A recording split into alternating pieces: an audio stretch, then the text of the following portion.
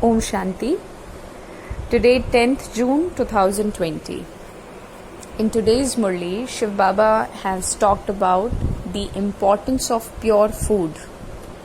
He has clearly instructed we children to not consume food prepared by any impure soul. However, Shiv Baba often grants excuses for army personnel or people who are absolutely, you can say, dependent on somebody or the other.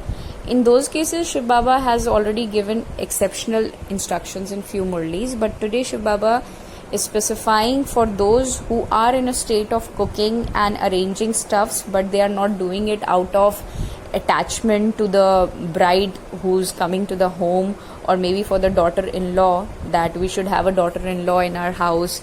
So Shiv Baba says that they start accepting them as a deity. If someone is coming, if someone is getting married, suppose if a father is making his son married, so the daughter-in-law is absolutely equivalent to a deity for that particular father-in-law. So this is what Shiv Baba is saying, that you should not have such sort of interest when you are following the spiritual life. And in case if somebody is having that, so there is no point of suggesting anything to them, because it is not coming from their heart. Like Shiv Baba has given the example of bidi, or you can say cigarette. That Shiv Baba, whether we should consume cigarette or not, Baba, what shall I do? I consume bidi. So Shiv Baba said that don't say anything to them. What else Shiv Baba or Brahma Baba would suggest? Because it is absolutely evident that this thing is not coming from his heart, that I should quit smoking. And if it will come from deep from the heart, so there is no point of asking any sort of suggestion from the father. Shiv Baba has also talked about the Dadichi Rishi, that you should contribute or you should sacrifice yourself 100% in this sacrificial fire of Baba's knowledge. And where Shiv Baba says that you should never ever create any sort of discomfort or any sort of negligence towards the knowledge, because as he said, in order to benefit yourselves, take every step of precaution in order to become a flower. Like Shiv Baba said that if we talk about the mango tree, then the fruit is absolutely of the same quality, but when it comes to this particular tree, that is the human tree, so we do have variations, right? We do have variations in terms of qualities of soul or the types and effort that souls put. So Shiv Baba is calling himself to be the seed and the gardener of this human tree. So we have this opportunity on this Sangam Yug to create and to collect the fortune for coming 21 births. Where Shiv Baba says that you should become a Ramta Yogi, which means you should have a absolutely honest heart, cleanliness, like Shiv Baba says, Sache Dil Par Sahib Razi.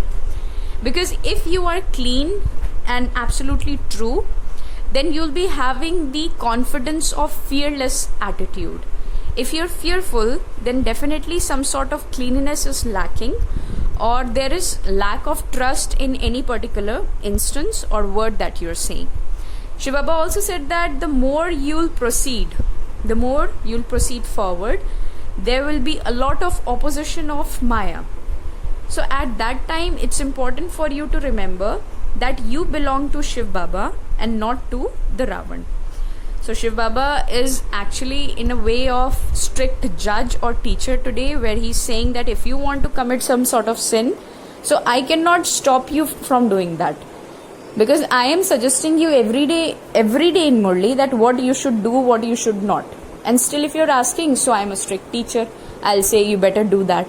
If you want to indulge in vice, you better do that.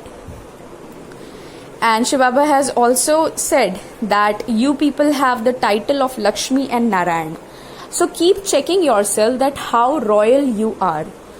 Your way of eating, walking, interacting, sleeping and everything. Is it royal? Is it worth marrying a Lakshmi?